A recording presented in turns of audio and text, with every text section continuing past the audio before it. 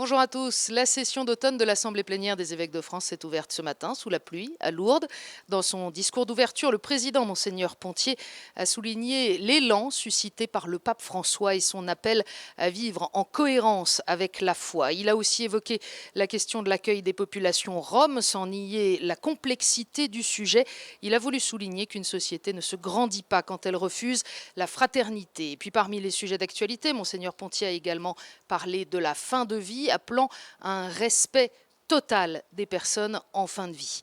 Il a aussi été question, bien sûr, de la famille au terme d'une année riche en débats de société, mais aussi en manifestations, raison sans doute pour laquelle cette question des familles, de la famille, est revenue dans le débat d'actualité qui a suivi le discours d'ouverture. On constate d'un côté, pour certaines générations, j'avais envie de dire une certaine résignation, à savoir que la manière aujourd'hui, notamment par le biais des médias, la famille est malmenée, pas nécessairement dans l'actualité, mais en particulier dans tout ce qui est séries, téléfilms.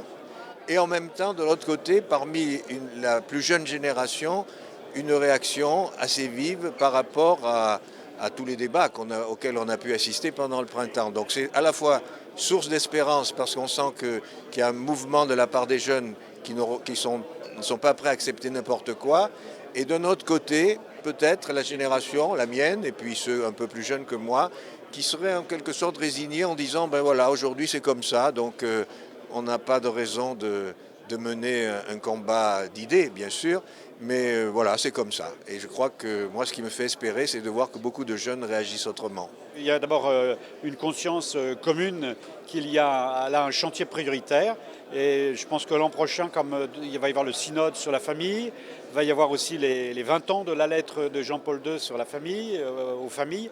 Donc je crois que là, il y a tout un environnement qui va nous aider à mobiliser les familles. Vous voyez, par exemple, on s'aperçoit qu'il y a très peu de familles qui se sentent concernées, qui s'associent, qui entrent dans les associations telles que les AFC. Donc il faut qu'on aide les familles à s'engager davantage, à s'engager au niveau politique, au niveau associatif, pour être présentes dans la société.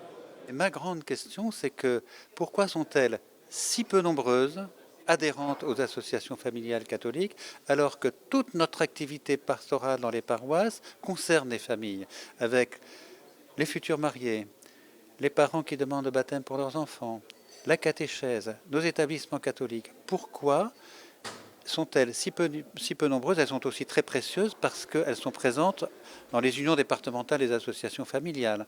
Alors voilà, mon interrogation, c'est comment pourraient-elles être plus nombreuses? Faut-il les fonder dans les paroisses? Faut-il développer les associations familiales à l'intérieur des unions départementales des associations familiales? Voilà mon interrogation et je souhaitais la partager à mes frères évêques.